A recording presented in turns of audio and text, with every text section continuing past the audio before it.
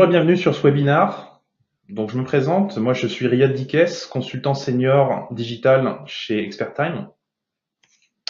Et Adel Badri, consultant digital chez Expertime, et je m'occupe de tout ce qui est transformation digitale, accompagnement de nos clients donc sur les aspects métiers, conception fonctionnelle et étude de leurs usages. Donc aujourd'hui on va vous parler des enjeux d'adoption de votre digital workplace, donc un environnement numérique en pleine transition.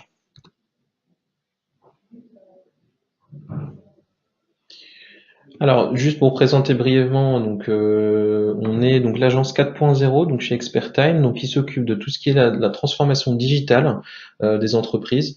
Donc, comme vous pouvez le voir, en fait, on intervient sur un certain nombre de missions et de paliers, donc notamment la vision, donc pour définir un peu les enjeux stratégiques et cadrer en fait le besoin final du client. Donc, ça permet d'avoir derrière une roadmap et une cartographie de tous les besoins et les usages avant de lancer une initiative de digital workplace ou de transformation digitale. Ça permet aussi d'identifier donc le niveau de maturité, hein, les études de maturité des collaborateurs pour pouvoir anticiper en fait le changement derrière. Ensuite, on intervient aussi sur la partie projection, donc ça permet notamment avec des ateliers focus group, de tout de suite identifier en fait peut-être les choses qu'on n'aurait pas peut-être identifiées avec des enquêtes ou en cadrage stratégique. Ça permet aussi de mettre en visualisation en fait un certain nombre d'interfaces, donc montrer en fait à quoi peut ressembler la future digital workplace. Et ça permet aussi d'étudier les interactions donc entre les différents métiers et les différentes directions en fait de l'entreprise pour en fait évaluer donc tout ce qui est flux d'informations, les échanges d'informations et autres. Sur la partie conception, on intervient aussi donc sur la conception fonctionnelle. Donc ça peut se matérialiser en atelier de conception fonctionnelle. Ça peut être aussi des proof of concept, donc ce qu'on appelle des pilotes avec une évaluation très simple de la solution. Donc on cadre le besoin et après donc on lance en fait un proof of concept qui va permettre d'évaluer la solution et tout de suite d'identifier ce qui va pas et de pouvoir avancer en fait dans le temps. Et ça peut être aussi des ateliers de conception à proprement parler. Donc on a choisi la solution et du coup on étudie et on construit ensemble. Ensuite, il y a un deuxième pendant donc qui est toute la partie accompagnement donc sur mesure, donc qui est l'accompagnement vraiment au change, où on va intervenir sur la partie sensibilisation, donc pour identifier notamment donc les acteurs en fait qui vont permettre cette transformation et cette conduite du changement, notamment avec l'animation des sponsors, la possibilité aussi de former vos managers. Donc ça, on a des formations managers dédiées, accompagner aussi vous accompagner en fait pendant vos sessions clés, comme les codières, les copiles, pour justement pousser la stratégie au sein de l'entreprise et identifier aussi les points qui pourraient être bloquants au lancement en fait de votre digital workplace. Ensuite, on fait effectivement des formations plus opérationnelles. Donc là, on a parlé de sensibilisation, donc c'est des formations vraiment en mode scénario d'usage sur différents outils. Là, sur les formations opérationnelles, on est plus sur de l'utilisation au quotidien, donc la prise en main de l'outil, et on forme donc des animateurs, des collaborateurs qui vont être en fait finalement les contributeurs finaux de l'outil. Ensuite, on intervient aussi sur l'assistance. Donc là, c'est pour vraiment vous accompagner dans le temps. Donc on organise effectivement tout l'accompagnement. On construit aussi les communautés d'entraide. Donc ça peut être aussi de l'animation en mode community manager pour vous aider aussi à lancer vos initiatives et bien sûr assurer un suivi dans le temps, puisqu'en fait dans la digital workplace, vous allez pouvoir avoir notamment un intranet qui va peut-être évoluer dans le temps, avoir de nouveaux besoins, et donc ça permet aussi d'identifier ce genre de besoins. Donc très simplement pour ce webinaire, on va démarrer par une petite introduction. Ensuite, après, on vous introduira aussi l'offre collaborative Digital Workplace à base d'Office 365. On aura ensuite après des cas clients à vous proposer et enfin pour le webinaire, on clôturera avec une série de questions-réponses. Donc on sera tout à fait ouvert à vos questions et à pouvoir y répondre. Donc simplement en fait en termes d'introduction, ce qu'on a voulu faire, hein, c'était justement indiquer 3 phrases qui nous semblaient assez parlantes par rapport aux nouveaux défis de la transformation digitale. Donc la première, par exemple, il n'est plus l'heure de s'interroger sur l'opportunité de se transformer, mais de questionner sa capacité à le faire réellement. En effet, nombre d'entreprises qu'on a pu traverser, dans lesquelles justement on a pu se rendre compte simplement qu'il y avait effectivement énormément d'outils qui étaient proposés et qui étaient mis en place, donc qui justement étaient vraiment au cœur de cette transformation digitale des entreprises, et finalement des problématiques organisationnelles qui ne permettaient pas véritablement de pouvoir arriver à transformer l'entreprise et les usages au sein de l'entreprise. Une deuxième phrase, en fait, aussi, donc qui exprime très clairement déjà un peu cette première idée, à savoir que finalement, quand on n'a pas de transformation des usages ou des comportements, l'arrivée des nouveaux outils, aussi technologiques soient-ils, finalement génère beaucoup plus d'effets négatifs que d'effets positifs.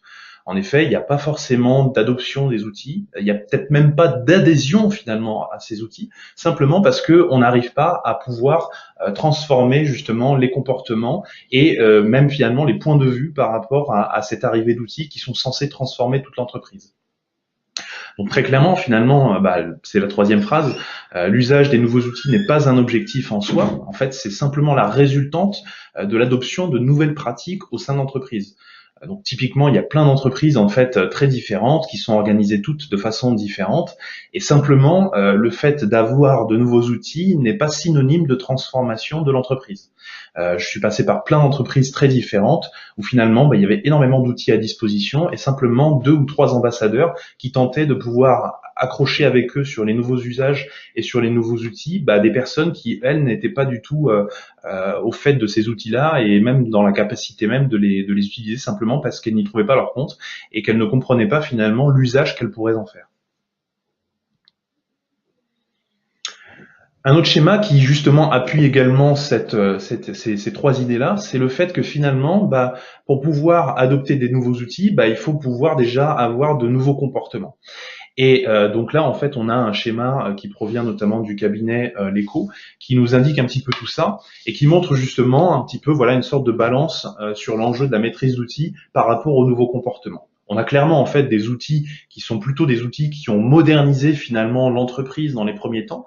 Donc c'est tout ce qu'on utilise tant d'un point de vue personnel que d'un point de vue professionnel. Par exemple, la messagerie instantanée, les réunions, les emails, voilà, tout un tas d'outils en fait qui nous sont déjà familiers. Et puis, à contrario, on a effectivement tous les outils qui véritablement génèrent de nouveaux comportements et transforment véritablement l'entreprise.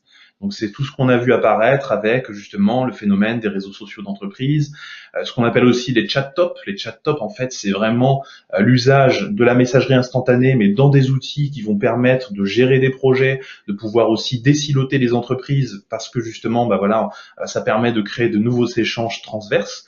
Et également ensuite après tous les autres outils qui vont permettre justement d'appuyer cette transformation. Donc après il y a des outils qui sont un petit peu je dirais à cheval entre les deux univers. Les réunions en ligne, voilà, on en fait déjà, mais finalement ça génère aussi de nouveaux comportements. Toute la bureautique en ligne, c'est un petit peu l'objet aussi de ce webinaire. On va parler notamment d'Office 365. Donc c'est justement le passage à des outils qui étaient finalement bureautiques. Donc c'était de la bureautique offline et plutôt maintenant effectivement plutôt de la bureautique online. Donc avec justement toute la partie cloud. Et puis ensuite, après, voilà, typiquement, la prise de notes en ligne, ça va aussi avec cette partie bureautique. Et enfin, la gestion des activités, ça va être finalement tous les outils un petit peu agiles qui vont permettre justement de gérer les projets et également de créer une certaine transversalité, une certaine collégialité, je dirais, entre les individus dans l'entreprise. Alors, en fait, du coup, ça induit un certain nombre de challenges à relever, tout simplement. Les trois principaux qu'on constate, en fait, tout au long de nos accompagnements, donc chez nos clients, c'est le temps perdu, en fait, sur les documents, les ressources, les informations qui sont dupliquées. Donc, on constate, en fait, quand on fait des audits, notamment d'intranet, que l'information en fait est à la fois dans telle rubrique, elle est dupliquée n fois, l'utilisateur ne sait pas quelle est la version finale d'un document de référence. Donc ça c'est un des enjeux en fait qu'on met en avant, notamment quand on fait donc nos accompagnements. Le deuxième point c'est la partie où le collaborateur cherche de l'information, donc c'est très opérationnel. Voilà, le matin il se connecte, en fait il a un travail à exécuter. Il y a des informations qui sont stockées, donc soit sur un outil outils de stockage de documents, soit sur l'intranet, soit donc il y a vraiment du temps passé en fait à chercher l'information qui est évalué à un peu plus d'une heure, donc c'est basé sur une étude qui a été faite par un cabinet. Le troisième point, c'est le temps important donc consacré à la coordination. Donc ça, c'est toute la partie gestion de projet et management en fait qui est impactée. Et on le voit nous quand on fait les formations managers, notamment qu'en fait il y a un vrai point clé, c'est donc ils nous demandent en fait tout simplement comment vous faites pour gagner du temps tout simplement au quotidien, comment vous faites pour mieux coordonner vos équipes parce que ça, c'est des points aussi clés. C'est bien d'avoir des nouveaux outils, mais il faut savoir aussi en profiter pour justement gagner du temps et gagner ce temps-là pour faire autre chose, notamment pour les managers. Bah, beaucoup se plaignent de pas avoir le temps justement de manager leurs équipes, c'est-à-dire proposer des initiatives qui sont vraiment qui vont permettre de faire évoluer leurs équipes et ils passent trop de temps à coordonner, à disposer les tâches, à faire du suivi finalement qui il peut être optimisé donc via ces outils digitaux. Donc il y a plusieurs outils, on forme en fait en fonction des scénarios d'usage qu'on identifie et après donc en général on a des gains qui sont très très vite perçus notamment pendant l'atelier de formation. Alors on va passer maintenant à la partie donc qui nous intéresse aujourd'hui, qui est la Digital Workplace, donc Office 365.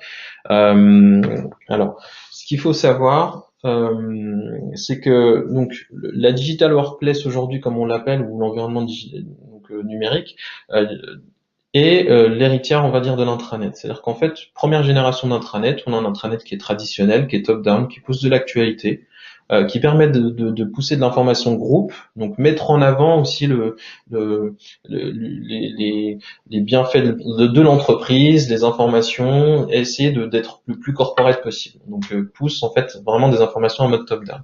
La deuxième génération d'intranet va inclure en fait toute la partie collaborative. Donc là, ce qui change concrètement, c'est que on va impliquer le collaborateur dans la diffusion de l'information et dans même la matérialisation de cette information, c'est-à-dire que il va pouvoir clairement, lui, par exemple, envoyer des actualités, pousser de l'information, pousser des documents métiers qui sont des références aussi dans l'entreprise, puisqu'en fait, ça va permettre de désiloter en fait tout simplement les informations, parce qu'aujourd'hui, avant dans l'intranet traditionnel, toute la matière était dans des filers, dans des espaces projets isolés. Là, l'intranet collaboratif a permis d'ouvrir en fait cette information aux nouveaux collaborateurs et du coup ça a permis en fait tout simplement de créer des échanges transverses qui sont très intéressants et qui a donné lieu du coup à la Digital Workplace. Alors la Digital Workplace c'est quoi? C'est à la fois du collaboratif, du social et des outils métiers qui sont périphériques à cet intranet. C'est-à-dire qu'on n'est plus que dans l'intranet, où on va pousser de l'information, on va collaborer, on va avoir des espaces métiers où le métier va mettre en avant ses documents de référence.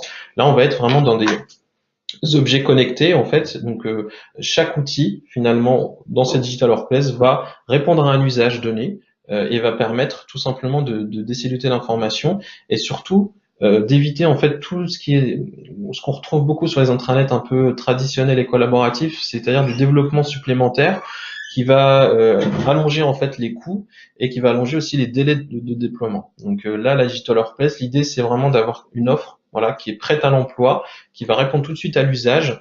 Alors ça ne répond pas à 100% de l'usage, mais ça va englober en tout cas 80%, 90% des usages globaux de l'entreprise.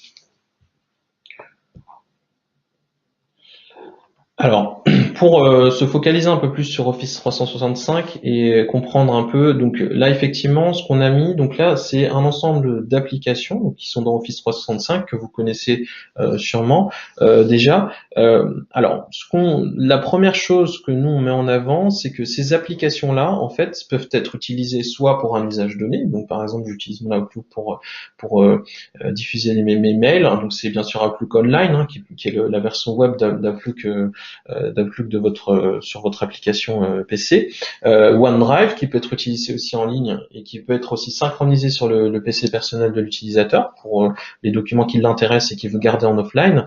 Voilà, donc du coup, en fait, chaque application va avoir son propre usage, va répondre à un besoin.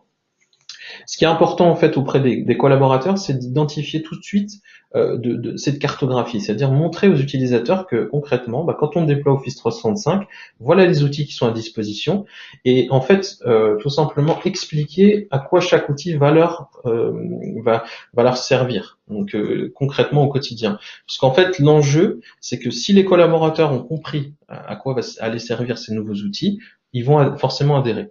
C'est-à-dire que si ils ne comprennent pas et s'ils n'ont pas d'intérêt, ils adhèrent pas notamment. Donc même si on fait des plans de conduite du changement, etc. Si l'utilisateur n'est pas convaincu par ce qu'on lui propose, il va pas l'utiliser. Il va regarder, il va les tester, et puis il va pas y retourner en fait, tout simplement. Donc l'idée c'est vraiment, donc pour les équipes qui gèrent ce genre de projet, c'est vraiment tout de suite d'établir une cartographie. Quelle est la situation de l'entreprise aujourd'hui et vers quoi on veut converger demain, pour que la communication qui est faite autour de ce projet de transformation soit claire à la fois dans l'équipe projet et à la fois aussi pour les collaborateurs qui vont utiliser cette solution. Et ce qui va être intéressant du coup, c'est qu'on voit là, c'est que alors l'intranet va être au milieu, en fait, au centre. Ça va être un distributeur, un agrégateur d'usage. Il va permettre de mettre en avant en fait un certain nombre de contenus clés, mais il ne va pas remplacer tout simplement par exemple un OneDrive ou un Office Online qui va faire office finalement d'un usage beaucoup plus poussé. Donc l'intranet va permettre de diffuser l'information, de mettre en avant des contenus, par exemple provenant de Dell, provenant d'Office Online, etc. Mais il va juste distribuer finalement les usages pour que chaque application puisse répondre à un besoin. Autre chose importante aussi, c'est que l'idée, c'est pas de maîtriser à fond les outils, et ça c'est très important dans la conduite du changement. Les utilisateurs prennent peur en général quand on arrive en formation. Ils pensent que OneDrive, il faut qu'ils maîtrisent sur le bout des doigts, il faut qu'ils utilisent toutes les fonctionnalités. Teams, il faut qu'ils le connaissent par cœur. En fait, c'est pas l'objectif. Concrètement, c'est quand on vient présenter le produit, on vient avec des scénarios d'usage pour qu'ils puissent se projeter et tout simplement répondre à ce dont eux ont besoin au quotidien, c'est-à-dire ok, OneDrive ça va me servir à ça, très bien, parfait. Outlook, je peux m'en servir quand je suis en mobilité, quand je suis en télétravail. Teams, ça va me servir pour mon travail d'équipe, mais j'ai pas besoin de tout maîtriser, toutes les fonctionnalités, parce que Teams c'est très riche aussi. Il y a pas mal de fonctionnalités. Je vais utiliser ce qui m'intéresse finalement. Voilà, et ça c'est très important en termes de messages à véhiculer. Alors on va passer à nos cas clients. On a 2 cas clients à vous présenter, donc on a accompagné et sur lesquels on a des retours d'expérience assez intéressants. Alors le premier en fait cas client, donc c'est pour une entreprise en fait de l'industrie minière. Donc en fait, on a mis en place une digital workplace qui s'appuyait donc tant sur Office 365 que sur POEL 365. Donc voilà, c'est une entreprise internationale avec 13 000 collaborateurs, où il y avait vraiment la volonté justement d'appliquer ce qu'ils appelaient finalement les standards du groupe. Les standards du groupe, finalement, c'était véritablement, par exemple, l'information de référence, de façon à ce que cette information qui provient du groupe puisse être diffusée sur l'ensemble des sites au travers d'un seul et même outil. Donc de centraliser justement l'information à destination des métiers et de l'ensemble des entités du groupe. Et ensuite, après, effectivement, de vouloir essayer d'installer et d'ancrer de nouveaux modes de travail et qui combinaient finalement plusieurs choses.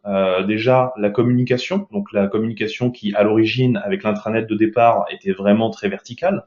Là, l'idée, c'était vraiment de pouvoir favoriser la communication transverse au travers, effectivement, des outils qui pouvaient être mis à disposition des collaborateurs, typiquement les outils sociaux pour la communication, mais également d'agréger justement toute la partie documentaire et toute la partie gestion de projet pour donner encore une fois de la visibilité à ces sujets-là. Donc vraiment l'idée c'était de mettre en place en fait une plateforme assez attractive d'un point de vue fonctionnel, mais faire en sorte aussi que finalement les personnes utilisent cette plateforme-là simplement parce qu'ils y trouvent leur compte en matière d'usage et que justement ces usages-là finalement on les ait bien identifiés et qu'on les ait bien cartographiés de façon à ce que ensuite après les personnes ne se posent pas la question de savoir pourquoi finalement leur point d'entrée c'est la digital workplace. Donc l'idée, c'était vraiment de se dire que pour pouvoir arriver à faire ça en interne, ce qu'on a proposé, c'était justement de créer en fait une offre de service payante donc en fait payante en interne. Ça voulait dire quoi? Ça veut dire que concrètement, on s'est rendu compte que pour pouvoir impliquer les différentes directions et les personnes, en fait, il fallait simplement générer de la facturation en interne. Alors c'est assez surprenant comme méthode, mais c'était la méthode finalement la plus efficace parce que systématiquement, quand on parle de problèmes d'organisation, on va parler effectivement de problèmes de temps, on va parler de problèmes de ressources, et en fait, finalement, les gens n'y mettent pas voilà l'énergie nécessaire pour pouvoir accompagner ce type de projet. Encore plus si ce type de projet est proposé notamment par la direction. Enfin, il y aura toujours un délai finalement entre l'appropriation et avant même de parler d'appropriation, adhésion finalement à ce type de projet-là, simplement parce qu'en fait les personnes sont de leur quotidien et que justement elles n'ont pas les ressources ou le temps nécessaire pour pouvoir y participer. Donc l'idée, simplement, c'était dans le cadre de ce projet-là de partir d'un proof of concept, donc vraiment d'un ce qu'on appelle un POC, donc un pilote. Ce pilote-là, justement, a été géré par l'équipe de communication, et l'idée, en fait, c'était vraiment d'accompagner cette équipe de communication dans la création d'une offre de service qui allait permettre d'étudier les besoins de chacune des directions et d'aller jusqu'à la conception des espaces pour justement l'ensemble de ces directions-là. L'idée, encore une fois, c'était justement de pouvoir représenter chacune des directions déjà au niveau du pilote pour le portail, je dirais, groupe, et qu'ensuite après on allait étendre finalement donc cette digital workplace à un ensemble de collaborateurs. Le premier échelon c'était 400 collaborateurs, et puis l'idée ensuite après c'était d'aller jusqu'à 4000 et 13 000 collaborateurs. Donc voilà, l'idée c'était encore une fois de mettre en place une offre de service. Donc une offre de service c'est quoi? C'est en fait la création d'un centre de services partagé où on va proposer justement de l'accompagnement de ces directions-là, mais on va demander à ces directions-là finalement quelque part de venir payer une prestation potentiellement d'un consultant qui était dans cette équipe de communication pour justement aller les rencontrer et justement participer à ce projet-là. Et l'idée qui était intéressante, c'était aussi que finalement, plus on avait de directions qui commençaient à rentrer sur ce sujet-là et à vraiment à participer, plus finalement il y avait une espèce de sorte de compétition qui s'était mis en place en interne et qui était assez intéressante, où finalement, voilà, par exemple, la première direction, c'était la direction de l'audit qui avait besoin de mettre en visibilité ses procédures. Donc les procédures, c'est un sujet type, les procédures de l'entreprise, connaître justement les normes, comment on doit appliquer justement les standards du groupe. Bon, ça c'est un sujet récurrent qu'on retrouve dans beaucoup d'entreprises. Et donc typiquement mettre en place les procédures sur la digital workplace, c'était justement leur donner la visibilité nécessaire à l'ensemble des collaborateurs qui auraient ensuite après accès à cette digital workplace. Donc parmi en fait les problématiques qu'on a pu rencontrer simplement, c'était aussi le fait que quand on est arrivé dans l'équipe de communication qui gérait ce projet-là, l'équipe de communication n'était pas forcément, je dirais, au fait et n'utilisait pas forcément les outils de la digital workplace. Donc le premier travail qu'on a dû réaliser justement avec cette équipe de communication qui portait aussi ce projet-là, c'était justement déjà d'essayer de les former sur l'usage en fait de ces nouveaux outils. Donc quand on parle de nouveaux outils, donc je parle bien de Teams, je parle bien de Yammer et de la suite Office 365 de façon générale, parce que sinon on n'était pas finalement les meilleures personnes pour aller rencontrer les directions pour expliquer justement comment allait fonctionner la digital workplace. Donc ça c'était vraiment la première prestation à réaliser. La deuxième, donc effectivement, c'était vraiment la construction de cette offre pour justement essayer d'accompagner les différentes équipes pour s'assurer de la bonne compréhension des interlocuteurs. Donc typiquement la bonne compréhension, c'est faire en sorte que les personnes comprennent qu'on n'est plus juste sur un intranet avec de la communication descendante, mais véritablement sur un outil dans lequel on va retrouver et de la communication et de la gestion de projet et de la gestion documentaire. Donc ça, c'est vraiment un changement de paradigme parce que finalement, dans de nombreuses populations, on se rend compte que finalement, les personnes comprennent l'intranet comme étant simplement un véhicule de communication. Donc voilà, l'idée c'était vraiment de se dire que à partir du moment où on avait fait le travail au niveau de la cellule de communication, derrière ça allait permettre véritablement d'aller accompagner d'autres équipes pour qu'elles comprennent effectivement le projet de Digital Workplace et qu'ensuite après effectivement il y avait la volonté de vouloir déployer à plus large échelle. Alors l'erreur qu'on fait souvent effectivement c'est que quand on s'aperçoit qu'il y a quelque chose qui fonctionne pas trop mal, derrière on veut tout de suite aller déployer. Et déployé à très large échelle. Il s'agit effectivement d'une grande erreur, simplement parce que on a besoin déjà de pouvoir faire la démonstration du service rendu et des bénéfices en fait qu'on peut tirer de l'usage d'une digital workplace déjà au niveau d'un pilote. Et ensuite après effectivement une fois que ce pilote a bien fonctionné, alors à ce moment-là le déploiement et justement la réplication de cet espace-là ou des nouveaux espaces devient pertinente. Alors, deuxième cas client, en fait, donc c'est un groupe de gestion d'investissement immobilier. Donc le projet, c'était une refonte. Alors ce qui est intéressant là, c'est qu'on part d'un contenu qui est existant. Donc c'est un intranet qui vivait déjà, donc qui était top-down et qui permettait justement de répondre à un certain nombre de besoins, mais qui arrivait finalement à une fin de vie parce qu'en fait n'était plus consulté ou utilisé. Donc là, donc c'est une entreprise donc avec 800, à peu près 900 collaborateurs, avec une implantation internationale, donc avec des enjeux aussi d'échanges avec des pays, avec d'autres pays.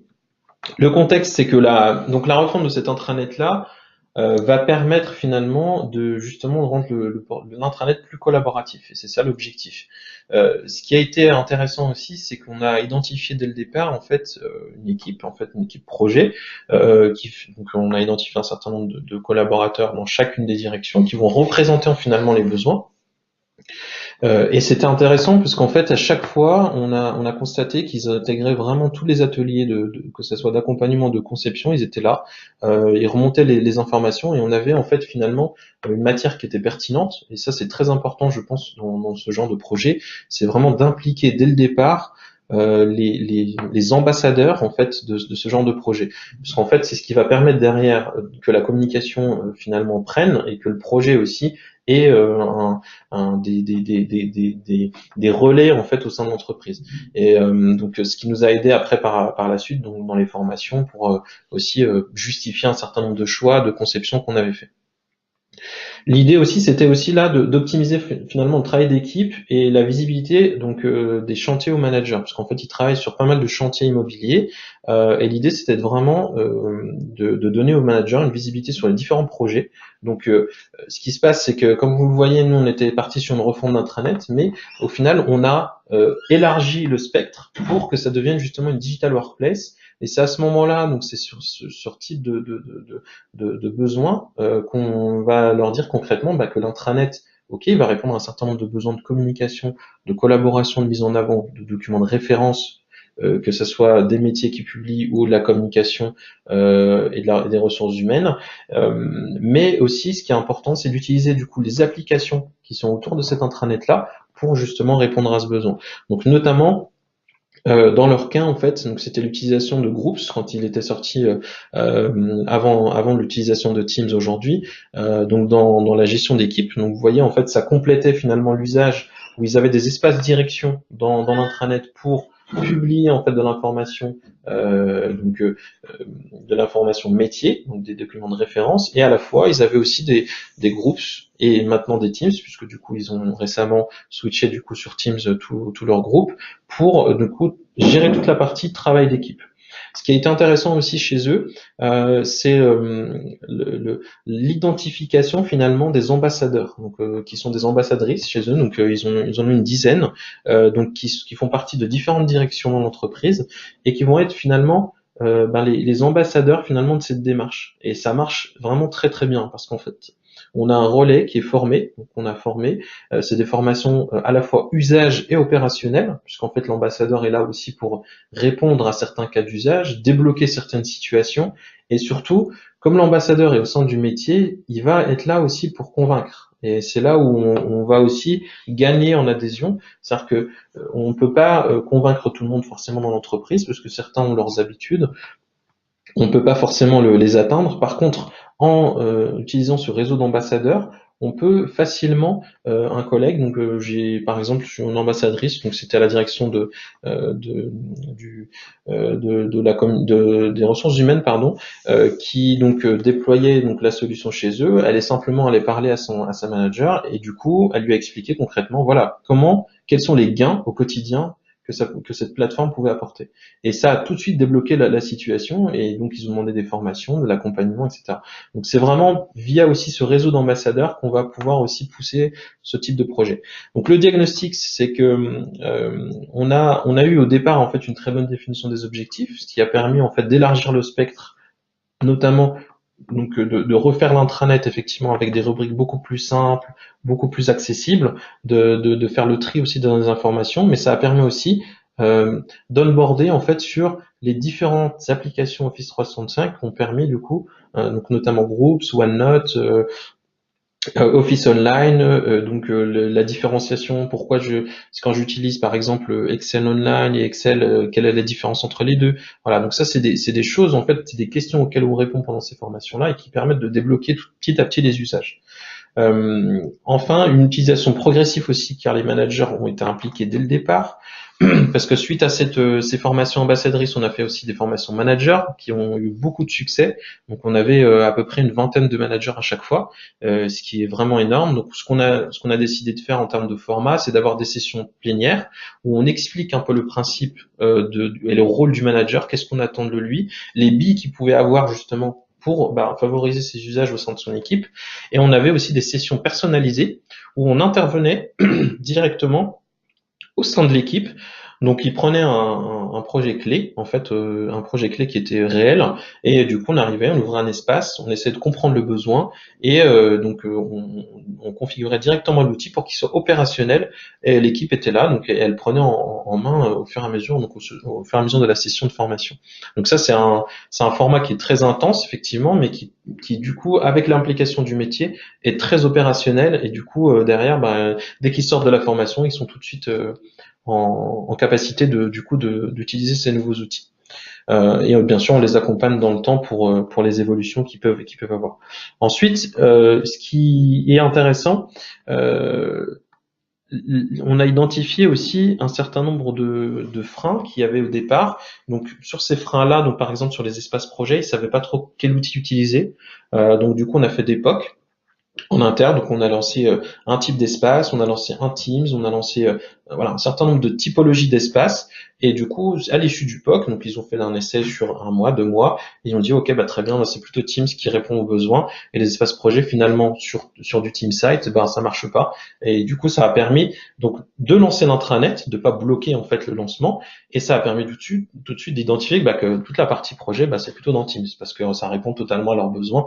Il n'y a pas besoin de faire d'espace, par exemple, de communauté dans l'intranet. Voilà. Donc ça, c'était un peu les actions mises en œuvre. Il y a aussi la vision en fait qui a été tout de suite communiquée aux utilisateurs.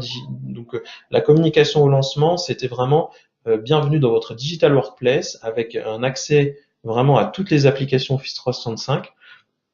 On avait bien sûr préparé en amont l'accompagnement qui allait être fait, donc notamment sur OneNote, sur OneDrive, donc les usages. On a monté effectivement des scénarios complets, qui répondaient à un certain nombre d'usages qu'on avait identifiés pendant les formations ambassadeurs notamment. Et du coup, on a réussi à appliquer ça au sein de toute l'entreprise et ça a permis de prendre en fait vraiment le Digital Workplace. Quand on voit vraiment des outils utilisés donc par les collaborateurs, ça permet aussi de tout de suite convaincre les autres et vraiment gagner du temps, avoir des bénéfices tout de suite à l'issue de cette étude. Donc là, ce qui est intéressant aussi, c'est que vous voyez, typiquement, ça c'est les choix actuels de cette entreprise-là. Donc en fait, ce qu'on voit là, c'est l'offre collaborative de l'entreprise. Au final, suite à cet accompagnement, notamment sur la refonte de l'intranet et sur l'expansion de la digital workplace via des cas d'usage, des scénarios d'usage et des formations, on constate que en fonction de l'usage qu'ils vont en faire, ils vont utiliser un outil en priorité. Donc, par exemple, pour les espaces projets, ils utilisent par exemple SharePoint, Power 365, donc il y a une surcouche en fait qui va venir compléter les usages collaboratifs de l'intranet. Vous avez le travail d'équipe qui est clairement donc sur Teams, voilà, et ça permet d'avoir une cartographie des usages. Et en fonction du besoin, il y a un usage derrière, il y a un outil qui est recommandé bien sûr, puisqu'en fait l'idée c'est pas de forcer non plus les gens à utiliser tel ou tel outil, mais d'orienter. Dire ok, si c'est une communauté par exemple, ça peut être soit dans SharePoint, soit dans Yammer, en fonction de ton besoin. Les instances de pilotage, principalement dans Teams avec l'utilisation de OneNote, etc. Et du coup, on va détailler, faire une cartographie qui va aider finalement l'utilisateur à décider quel est l'outil le mieux et le plus adapté à son besoin. Alors, pour résumer un peu notre webinaire, donc là, l'idée, ça a été finalement de répondre à des problèmes concrets des collaborateurs. Donc, ce qui est simple, en gros, c'est que dès le départ, en fait, il faut vraiment prendre en compte en fait le niveau de maturité des collaborateurs. C'est important. Il faut éviter de se lancer en fait en mode expérimental sur l'outil directement. Il faut quand même avoir un certain nombre de cas d'usage identifiés, des collaborateurs qui ont été identifiés avec un certain niveau de maturité aussi, puisqu'en fait c'est eux qui vont diffuser finalement ces enjeux et ces outils-là au sein de l'entreprise, c'est les ambassadeurs finalement de demain. Et du coup, ben il faut bien les choisir, il faut aussi les accompagner au quotidien pour lever toutes les frustrations qu'ils peuvent avoir et ne pas tout centraliser le besoin au sein de l'équipe projet qui va tout porter, etc. Voilà. Donc ça c'est très important. Deuxième point, il faut bien se baser sur des scénarios d'usage qui sont réels, du quotidien. Ça, c'est ce qui marche vraiment. Ça sert à rien de faire un scénario énorme en mode, ben, on va gérer les projets avec des flux d'informations, etc., qui viennent de partout. Non, il faut partir de la base. Le matin, je me connecte. Qu'est-ce que je fais? Quels sont mes accès? Quelle information je cherche? Et ça, en fait, donc, en fonction du contexte de l'entreprise et de la culture, ça va se gérer au niveau de la direction, ça va se gérer au niveau des équipes, ça va se gérer au niveau transverse peut-être pour certains projets d'innovation par exemple. Voilà, donc il faut bien identifier ces scénarios d'usage pour que derrière, ça nous permette de faire des recommandations qui soient pertinentes en termes d'utilisation de l'outil. Et chaque entreprise va avoir ses propres besoins et ses propres utilisations de chaque outil. En fait, on n'est pas obligé d'utiliser Teams que pour du travail d'équipe. Dans certaines entreprises, ça va être du projet. Pour d'autres, ça va être par exemple à usage communautaire, tout simplement, pour discuter d'une thématique. Et pour d'autres, ça va être la gestion d'équipe. Donc voilà, vraiment en fonction des scénarios qui vont être identifiés, de la culture aussi d'entreprise, donc comment les collaborateurs déjà travaillent aujourd'hui, ça va changer d'une entreprise à l'autre. Et surtout, un truc très important, la communication. Alors la communication, on en parle beaucoup. Donc, en fait, la communication commence dès le départ, c'est-à-dire dès le lancement du projet. En fait, faut pas attendre le lancement de l'intranet pour commencer à communiquer, dire ok, l'intranet arrive, voilà les nouveaux usages, etc. Il faut vraiment préparer des ambassadeurs notamment. Donc sur le projet, le cas numéro 2 que je vous disais, que je présentais tout à l'heure, les ambassadeurs ont été formés en amont sur la suite Office 365 avant même le lancement de l'intranet et de la Digital Workplace, puisqu'en fait c'était nos ambassadeurs, donc ils devaient avoir l'information avant, ils devaient être à l'aise avec cette solution-là pour pouvoir tout simplement faire adhérer les autres en fait. Voilà. Et c'est là justement qu'on voit que quand là c'est plutôt je parle du cas numéro 1, quand on voit effectivement que déjà l'équipe qui porte le projet elle-même n'est pas au fait des outils ou n'est pas ne se sent pas forcément à l'aise dans l'usage justement de ces nouveaux outils, forcément derrière ça va être très compliqué d'aller convaincre.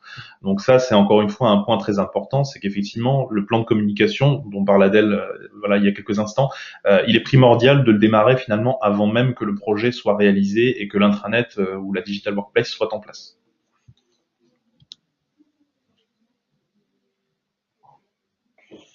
Alors, du coup, sur les facteurs clés de succès, donc ce qu'on a voulu mettre en avant, donc c'est vraiment donc les trois piliers. Donc impliquer les collaborateurs dès le départ, donc avoir vraiment une équipe projet qui soit présente, donc avec des équipes, des métiers transverses, mais aussi des métiers cœur de métier, c'est-à-dire en fait vraiment des personnes qui vont apporter de la matière et des vrais cas d'usage en fait qui vont permettre d'utiliser ces outils-là. Il faut les responsabiliser aussi, donc ça sert à rien aujourd'hui, comme on le faisait sur des intranets traditionnels, d'aller publier à la place des gens, parce qu'en fait ça va pas les aider, hein, tout simplement. L'idée c'est vraiment de les responsabiliser. Donc la responsabilisation passe par la formation et par la communication qu'on va leur faire.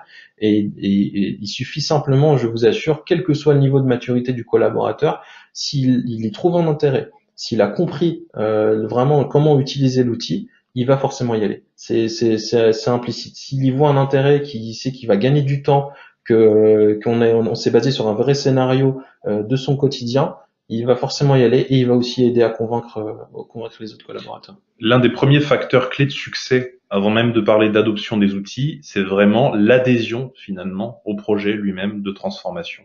Et ce, quel que soit le projet. On pourrait parler de marketplace, finalement, que ce serait exactement identique. Donc l'idée, effectivement, c'est de faire en sorte que les personnes puissent adhérer au projet. Et c'est ce qui va justement leur permettre ensuite après d'adopter les outils et finalement de devenir les ambassadeurs pour aller convaincre d'autres collaborateurs. Et après, bien sûr, promouvoir. Alors promouvoir, c'est vraiment ce qu'on avait vu tout à l'heure, c'est commencer à faire une cartographie finalement des usages qui va se dessiner de fait en fonction de l'avancement du projet et des formations qu'on aura fait. Promouvoir les différents usages, mais pas en passant justement par les ambassadeurs et par les managers, parce que c'est eux les leviers finalement de cette transformation et on peut pas passer à côté. Un manager qui ne va pas forcément être impliqué dans la transformation, son équipe va pas forcément utiliser les outils. Forcément, puisqu'en fait, ils ont des objectifs, ils ont du travail au quotidien, et il faut qu'ils réalisent leurs chiffres, etc. Donc, si la promotion n'est pas faite sur des usages et des scénarios clés dont les managers sont convaincus, ça marchera pas, en fait, tout simplement.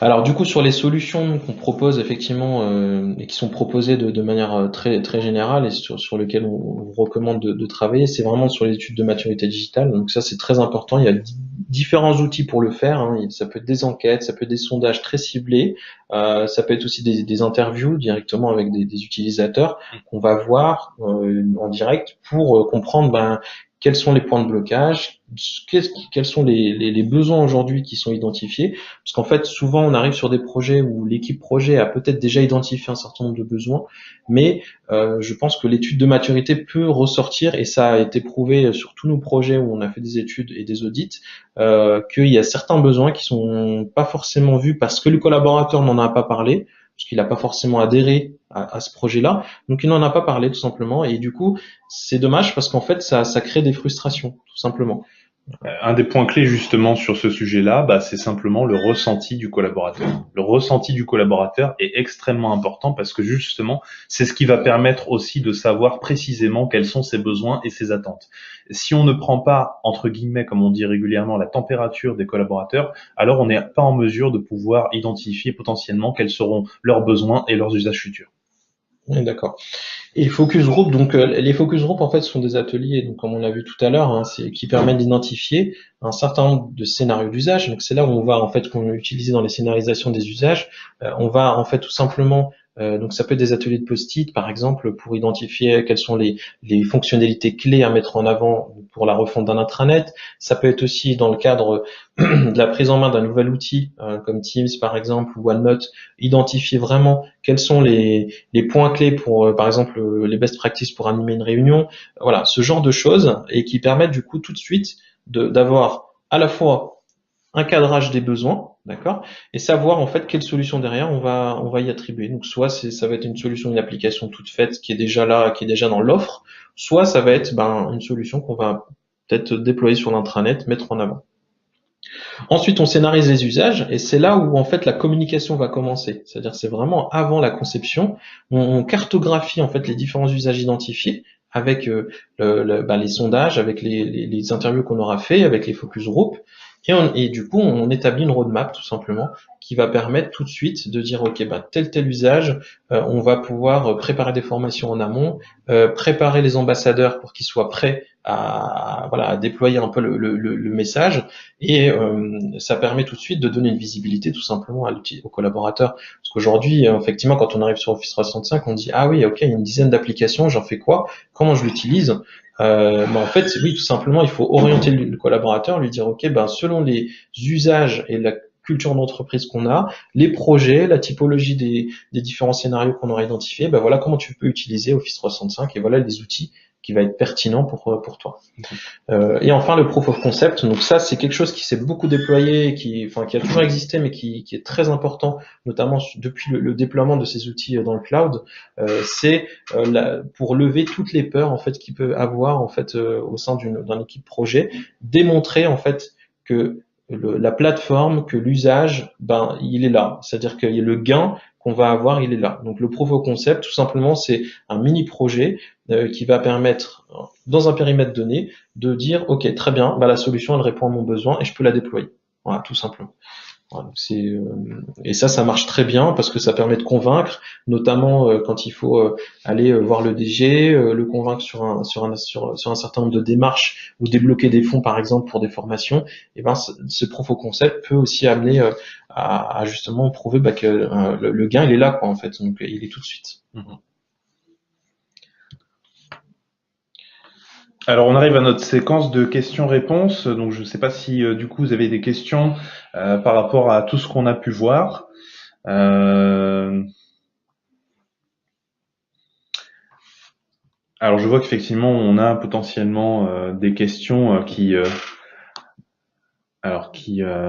nous sont arrivées. Alors, quelle différence véritable entre un intranet et une digital workplace? Alors du coup, bah en fait, on l'a un petit peu évoqué dans les slides précédents, mais concrètement, en fait, véritablement, ce qui va différencier les deux, il y a plusieurs choses. Déjà, la première, c'est que finalement, l'intranet tel qu'on le connaît, l'intranet traditionnel, avait encore une fois plutôt vocation à essayer de faire descendre de l'information dans l'entreprise. On était un peu comme une sorte de site internet en interne au sein de l'entreprise pour faire en sorte que chacun puisse avoir le même niveau d'information. Aujourd'hui, la digital workplace, c'est un petit peu plus que ça. C'est vraiment se dire qu'on retrouve évidemment les canaux de communication traditionnels, peut-être corporate, voilà, au sein des outils, mais également, finalement, on va y ajouter les outils ou les modules qui vont permettre de créer de la communication transverse entre les collaborateurs pour désiloter l'entreprise. Et plus largement, on va également retrouver aussi les outils qui vont permettre de gérer les projets. Donc ça peut être des outils évidemment autour d'Office 365 puisque c'était le thème du jour, mais c'est également les outils, vos outils métiers finalement. Donc ça va être finalement parfois des raccourcis qui vont vous permettre d'accéder simplement plus rapidement à vos applications métiers et tout ça en fait compilé dans un seul et même endroit qui va devenir votre point d'entrée.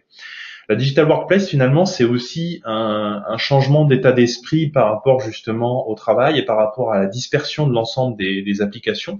C'est de dire qu'effectivement, on a un seul point de chute quand on va ouvrir son ordinateur, qu'on va peut-être ouvrir son navigateur, on accède directement à la digital workplace et cette digital workplace, en fonction de la manière dont elle est configurée, on va peut-être y avoir ses mails, on va peut-être y avoir ses espaces de travail, on va y avoir ses bibliothèques d'information, de documentation. Et tout finalement ce gisement documentaire et d'informations, finalement, on va aussi assez facilement pouvoir le partager avec ses collaborateurs au sein d'une même équipe et plus largement peut-être aussi avec d'autres équipes. Donc l'idée, c'est vraiment que finalement, c'est cette espèce de portail, je dirais un peu interactif, mais dans lequel on va vraiment y ajouter vraiment la collaboration qui sera au centre finalement des usages. Alors, je crois qu'on a eu encore une autre question. Alors, y a-t-il des prérequis au déploiement d'une digital workplace? Alors, les prérequis, finalement, c'est un peu ce qu'on expliquait au démarrage. Nous, on pense que les prérequis sont pas forcément toujours d'un point de vue technique. C'est-à-dire que finalement, les prérequis, c'est déjà encore une fois l'adhésion même des collaborateurs. Le fait d'avoir communiqué simplement, d'avoir eu un plan de com avant même le lancement de la Digital Workplace, évidemment, c'est très important. C'est même ce qui va conditionner finalement peut-être le succès de votre Digital Workplace. Vous arrivez avec une nouvelle initiative digitale, si on se souvient un petit peu des slides qu'on avait présentés, notamment le slide introductif. Encore une fois, l'introduction de nouveaux outils, c'est forcément pas toujours perçu comme étant une bonne nouvelle parce que on est face à voilà des populations qui ont effectivement entre guillemets leur business à gérer au quotidien. Ce business, du coup, il est générateur de temps. Parfois, il est générateur aussi de frustration parce qu'on ne trouve pas forcément les outils qui permettent de répondre à la demande et aux besoins des collaborateurs. Mais du coup, c'est vrai que quand un projet est amené justement par une direction qui souhaite pouvoir révolutionner finalement les usages et améliorer la productivité, évidemment, pour pouvoir accepter quelque part l'installation de ces nouveaux outils-là, il faut que tout de suite, effectivement, les collaborateurs et les populations, je dirais entre guillemets, percutent sur ce qu'elles vont pouvoir concrètement en faire et pouvoir la manière dont elles vont pouvoir finalement bénéficier finalement de ces nouveaux outils dans leur quotidien. Et ça, c'est effectivement extrêmement important. Alors, je regarde juste si on a potentiellement peut-être une dernière question. Alors, l'usage d'une digital workplace simplifie-t-elle la recherche et le partage d'informations? Eh bien oui, en fait, simplement parce que on a une agrégation, je dirais, d'un ensemble d'applications, et notamment en fait des applications autour de la gestion documentaire, de la communication, de la gestion de projet. Typiquement, parmi les outils qui sont proposés au travers d'Office 365, si vous arrivez déjà à comprendre finalement que Yammer va servir plutôt de réseau social d'entreprise pour déciloter l'entreprise, pour favoriser les échanges et la collégialité entre les collaborateurs, contre par exemple un outil comme Teams qui lui va vraiment faciliter la gestion des projets. On va retrouver évidemment ces mêmes fonctionnalités de chat à l'intérieur d'un Teams et on va retrouver finalement les mêmes dans Yammer. La seule chose simplement, c'est que Teams va être beaucoup plus approprié pour la gestion de projet, aussi parce que le fonctionnement même de l'application va vous permettre d'accéder à un certain nombre d'applications professionnelles et tout ça depuis finalement une seule et même fenêtre. Teams a notamment un mode de fonctionnement par onglet qui va permettre, par exemple, tout de suite d'avoir un flux conversationnel. Si on clique sur l'onglet suivant, on est dans un flux SharePoint, c'est-à-dire qu'en fait, on va pouvoir avoir une bibliothèque de contenu et de documents SharePoint.